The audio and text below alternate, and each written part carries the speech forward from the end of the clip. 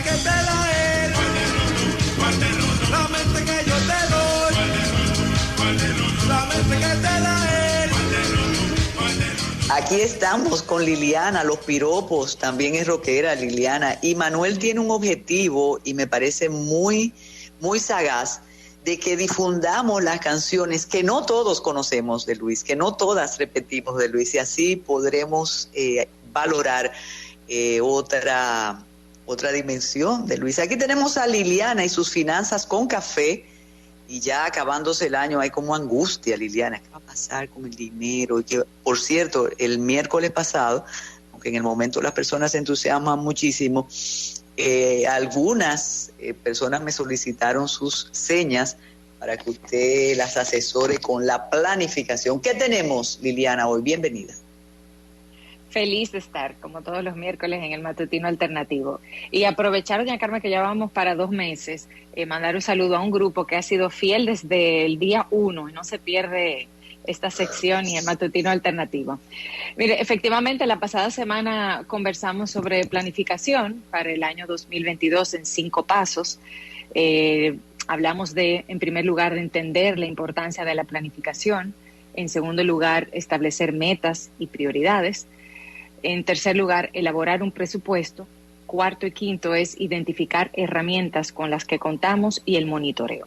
Entonces, hoy quiero que conversemos sobre el paso número 3, que es el presupuesto. O sea, cómo construir el presupuesto de 2022 o actualizarlo. Si uno lleva un presupuesto anualmente, uno debe de responder rápidamente algunas preguntas de cuánto gano, cuánto gasto, cuánto ahorro y hacia dónde va mi dinero. Entonces, un dato importante sobre esto, y lo vimos el miércoles pasado, es el que arroja la encuesta nacional de inclusión financiera del Banco Central del año 2019, que decía que el 71.4% de los y las dominicanas no lleva un presupuesto. Y esto es vital para organizarse y para poder lograr las metas que nosotros nos tracemos. Metas propias de familia, personales y también metas financieras. Así que para fortalecer ese proceso de planificación que incluye la elaboración de un presupuesto, voy a sugerir varias cosas. Lo primero es que en cuanto al ingreso, a la hora de establecer el monto que uno ingresa, si uno es empleado, uno debe de registrar siempre el valor que ingresa neto a la cuenta. O sea, después de los descuentos, porque muchas veces uno dice, yo ingreso tanto, pero es el ingreso bruto. Entonces, a eso hay que descontarle los cargos que le hacen en la empresa y es el ingreso neto sobre el que debemos de trabajar. Puede ser algo sencillo, pero es crucial. Si es dueño de negocio, yo sugiero que se registre el valor del mes en que gana menos.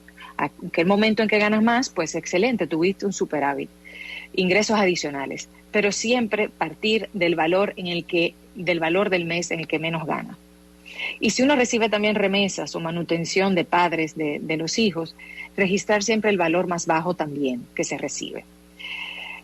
De hecho, hay unos datos sobre la encuesta nacional de gastos e ingresos del hogar del 2018 que realiza el Banco Central con la Oficina Nacional de Estadística, que detalla la composición de los ingresos del hogar dominicano. El 77.4% de los ingresos del hogar dominicano lo componen el ingreso laboral. Después hay un 20% por transferencias, voy a detallar luego qué son las transferencias, un 20% de transferencias y un 2.7% de ingresos por alquiler de propiedad o renta de capital. Las transferencias, ese 20% del que hablamos de transferencias, se componen un 8% de remesas, un 5.3% de pensión, 3.4% por regalos, 1.9% por programas de ayuda escolar y el resto por programas de gobierno. Ese dato es importante, el de las remesas, que varía según el quintil. Puede llegar a ser hasta un 20%, representar un 20% total las remesas del ingreso del hogar. Eso en cuanto a los ingresos. Los gastos fijos, a la hora de identificar los gastos, uno puede auxiliarse del estado de cuenta, de su cuenta de ahorro o de la tarjeta de crédito.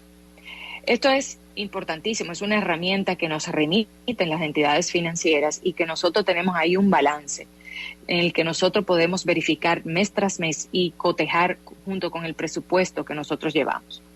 Yo sugiero evitar el uso del efectivo porque muchas veces se nos olvida pedir factura o o la perdemos y entonces dejamos de registrar o de darle seguimiento a ese gasto que hicimos.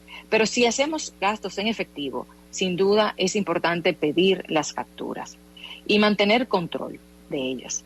Vaciar esos gastos, una vez nosotros tengamos en nuestra plantilla financiera del presupuesto los ingresos establecidos y ahora los gastos hay que vaciarlos, ya sea en una hoja de Excel o en aplicaciones de celular, que ahí puedo sugerir varias que son reconocidas. Los que tienen Apple pueden utilizar Wallet, también pueden utilizar Spendi, que es de la República Checa, que es la que yo utilizo, y Fintonic, que es de España. Doña Carmen, hay una demócrata, una senadora reconocida, demócrata y progresista de los Estados Unidos. Ella fue asesora de la Oficina para Protección Financiera del Consumidor de los Estados Unidos. Me gusta eso, protectora financiera del consumidor. Así es, y ella es escritora, ha escrito más de una decena de libros, y en el 2006 escribió un libro que se llama Toda tu riqueza, el último plan de ahorros en tu vida. Y ahí ella estableció una regla que se ha hecho muy famosa y de hecho la comparten en estas aplicaciones financieras que antes mencioné, como Spendi, que es la regla de 50-30-20. 50-30-20, que corresponde a 50% de necesidades, 30% de deseos y 20% de ahorros. Eso es vital. Eso está muy bien. Sí, es algo rápido que uno puede tener como referencia para uno saber que uno tiene que agrupar en ese 50% de necesidades los gastos en alimentación, de vivienda, educación, etcétera.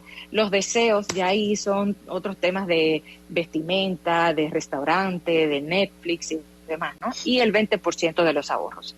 Y para eso quiero recordar también, aparte de tener esas reglas rápidas, veamos también la composición de la República Dominicana, específicamente. Porque esa encuesta nacional que mencionaba ahorita, la encuesta nacional de gastos e ingresos del hogar, hace una distribución, estima una distribución del hogar de la siguiente forma. El 21% se va a alimentos y bebidas no alcohólicas. El 21%. El 14.8% a transporte. El 12% a alojamiento, que eso incluye alquiler o préstamo para la vivienda, agua, electricidad, gas y otros. Un 11% para restaurantes y hoteles. 9.8% para bienes y servicios diversos, que ahí se incluyen los salones de belleza, comprar mercancía como reloj, cartera y demás. Un 7.7% para salud, 4.5% para educación y 4.5% para comunicaciones. Pero ¿salud cuánto, Liliana? 7.7%. Ok.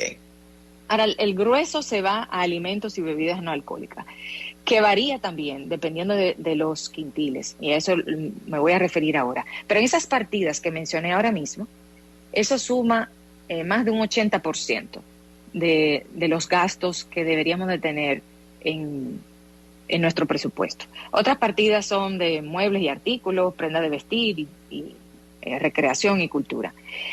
Estos porcentajes, como decía, que varían por quintiles, es importante tomarlo en cuenta porque, por ejemplo, en el quintil 2, que ingresan 21,000 pesos, esa partida de alimentos y bebidas no representa un 21%, representa un 32% de su presupuesto.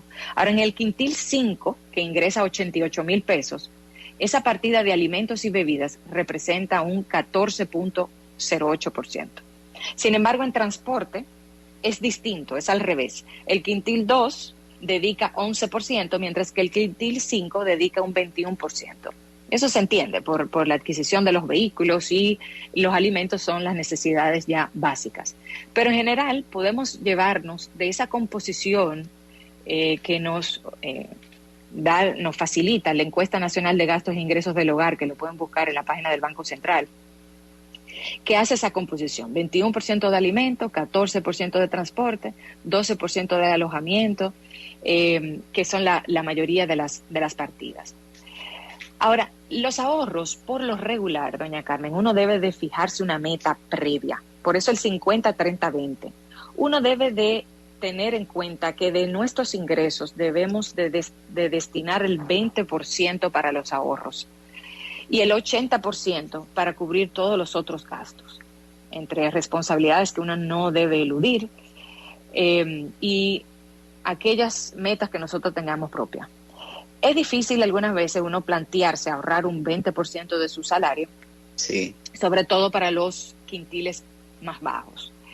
Eso obviamente implica, de hecho esa misma encuesta de gastos e ingresos del hogar establece que ese 20% realmente se puede lograr a partir del quintil 4. O sea, a partir de un ingreso superior a 41,000 pesos, podemos hablar de que un hogar puede cumplir con ese objetivo de un 20%. Porque antes a eso, en los quintiles 1, 2 y 3, algunos no llegan a final de mes, otros apenas llegan y otros le sobran un 3% de sus ingresos. Sé que es difícil y yo lo entiendo. De hecho, por ejemplo, la canasta familiar ahora a octubre es de 39,000 pesos y octubre del año pasado era 36,000. O sea, ha aumentado 2,800 pesos la canasta familiar, o sea, un 7,7% más. Es algo obviamente que uno puede preocuparse porque uno no tiene algo con que paliar cualquier emergencia, pero si uno no puede ahorrar ese 20%, no hay que preocuparse ni estresarse.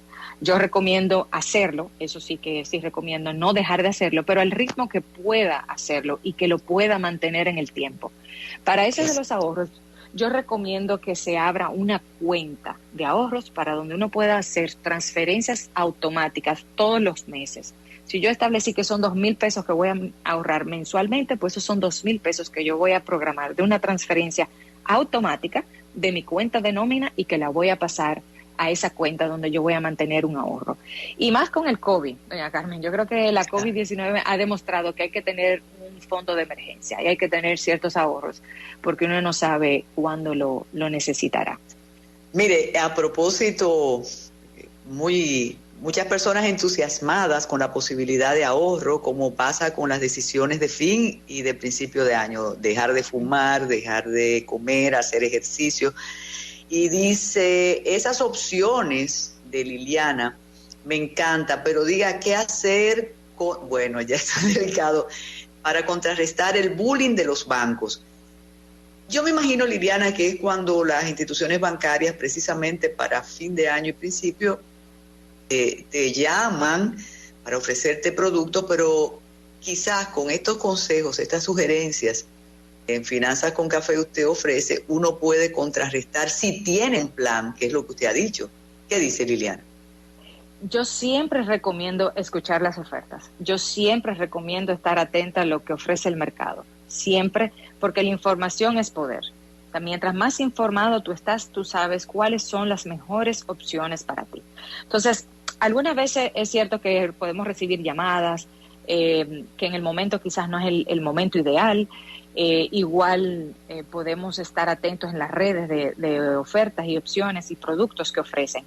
Y lo ideal es estar informado. Ahora, que la decisión sea nuestra, como consumidor, como usuario financiero, de ver realmente qué es lo que conviene. ¿Cuál es la tarjeta de crédito que me conviene? ¿Cuál es la cuenta de ahorro que me conviene? Esta me exige tanto de mínimo, aquella me exige tanto menos de consumo mínimo. Entonces, de balance mínimo. Entonces, esos análisis son importantes hacerlos. O sea, yo por eso recomiendo estar informada, pero que la decisión venga de uno, no de que lo vayan a imponer. Algunas veces yo he recibido llamadas, incluso de compañías de telecomunicaciones. Yo las escucho y le digo, mira, perfecto, le estoy anotando todo lo que me estás diciendo, dame un chance para pensarlo y vuelve y márcame en la tarde. Porque ellos también quieren vender y quieren hacer un proceso de venta, pero también que me dejen el tiempo de yo decidir y de tirar mi número.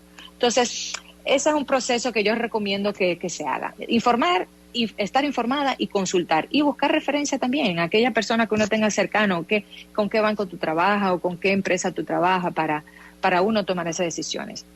Y adicional a esto, hay variables que se deben de tomar en cuenta en el presupuesto, doña Carmen, porque cuando uno hace un presupuesto, uno lo basa en lo que uno consume actualmente. Yo consumo tanto actualmente en alimentación, pero yo debo de prever que el Banco Central está estimando que la inflación va a ser de un 4% o más o menos el año próximo. Entonces, eso yo debo de contemplarlo en mi presupuesto. Tasas de interés del préstamo, tasas de interés del certificado de depósito, la tasa de cambio, precio de la gasolina o de la tarifa eléctrica. Hay que hacer esos pequeños ajustes, porque si uno tiene el presupuesto cuadrado, como uno lo dice, esa diferencia que te puede llegar de aumentos, de variaciones, de algunas de esas variables que acabo de mencionar, te puede desajustar el presupuesto por 3,000, 4,000, 5,000 pesos. Entonces, si uno no lo tiene, pues es difícil, porque te vas a ir endeudando. Claro. Mire, ya dice, muy buen consejo, sobre todo la planificación con ingresos variables y tomar el mes con menor ingresos como base. Mire, y yo sé que no se va a sorprender por su generación y su grupo de conocidos, de amigos. Me llama la atención favorablemente que como ustedes dicen, los financistas, economistas, el quintil de 30 a 50 años está muy interesado siempre en sus sugerencias, de modo que hay una intención, y sobre todo luego de esta crisis, Liliana, por el COVID. Dice, ¿cómo es posible que cuando vas a algunos bancos te dicen, no ahorres, el interés es muy bajito? Bueno, pues entonces llévese de Liliana. Eso pasa, Liliana, es cierto. Sí, hay en este momento, por ejemplo, este año pasado, lo que era más recomendable era tomar préstamos, porque estaban las tasas de interés activas estaban mucho más bajitas que en los últimos años. O sea, tenían un 3.5% menos. Habían algunas tasas de interés que eran de un 8% por las facilidades que otorgó el Banco Central. Las tasas de interés pasivas rondaban el 2.5, 3%. Evidentemente, contando con una inflación de un 7%, el dinero que teníamos en certificado no cobró valor. Pero algunas veces no es solo ganar dinero, algunas veces tienes que tener, como decía, un dinero ahorrado que debes de mantenerlo para cualquier imprevisto. Ahora, hay diferentes herramientas, instrumentos de inversión, otros tipos de instrumentos de inversión que son más rentables que certificados de depósitos. Entonces, hay grupos financieros que ofrecen otros tipos de instrumentos que no son solamente certificados de depósito o cuentas de ahorro, que pueden rentabilizar esos recursos que nosotros tenemos ahorrados. Hay un proceso también. Sí, perdón. Dígame. No, diga. No, que hay otros procesos para ese tema también de hacer el proceso eficiente y eficaz, porque en ese rango de 30 a 50 años, por lo regular, hay familias de diferentes composición, ¿no? Hay familias monoparentales, con jefa de hogar, tanto mujeres como hombres, también parejas, pero sobre todo en esa edad de 30 a 50 años, tenemos responsabilidades con hijos muchas veces. Entonces, la mayoría tienen hijos en esos momentos, dependiendo de la composición familiar. Y es vital tomar en cuenta esas responsabilidades en las que uno no puede fallar. O sea, la parte de educación, que es más fuerte en esas edades. Pero si uno tiene pareja o vive con familiares, porque puede ser que uno viva aunque tenga 30, 40 años, viva con sus padres, porque todavía no se haya casado, es importante que construyan el presupuesto juntos, porque debe ser justo. También, aunque uno viva con los padres, uno puede decir, bueno, lo que yo puedo aportar es tanto. No, vamos a construir el presupuesto juntos para lograr las metas juntos. O sea, colocar todas las cartas sobre la mesa sin ocultar nada para que sea justo para todos.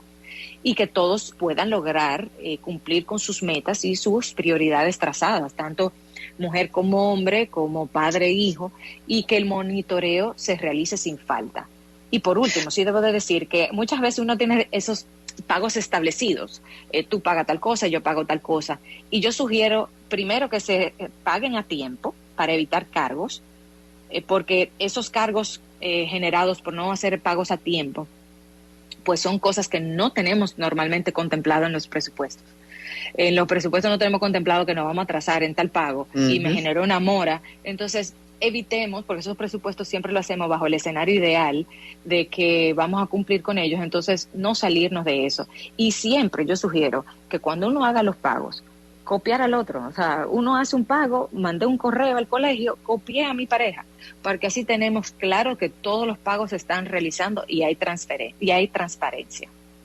Perfecto. Liliana, sus redes, su dirección para que sigan las consultas. Claro, pueden acceder tanto a Twitter como a la página web Liliana Rodríguez Álvarez. También escribo en ojalá.do y ahí pueden encontrar todos los artículos que he hecho sobre educación financiera. Pero antes de irnos, sí sugiero, el Banco Popular lanzó hace unos días una plataforma de educación financiera muy buena que se llama Finanzas con Propósito. .edu.do, y ahí ellos tienen plantillas financieras que pueden descargar. Tienen incluso ahí una plantilla que llegué a ver de presupuesto, donde ellos establecen ya ahí partidas, o sea que si lo desean hacer, aquellos que lo desean hacer en Excel, ya ahí tienen un formato que le pueda servir de orientación. Que construyan, lo último y el último consejo es que construyan, todo el mundo, saquen tiempo para construir y actualizar su presupuesto y realizar sus ajustes necesarios, pero que no lo dejen de hacer, sobre todo comenzando ahora, 2022. Hasta para ir al cine tenemos que hacer un presupuesto. Por eso Isidro está esperando su turno. Muchísimas gracias, Liliana Rodríguez Álvarez. Una pausa para darle la bienvenida a Isidro Eduardo.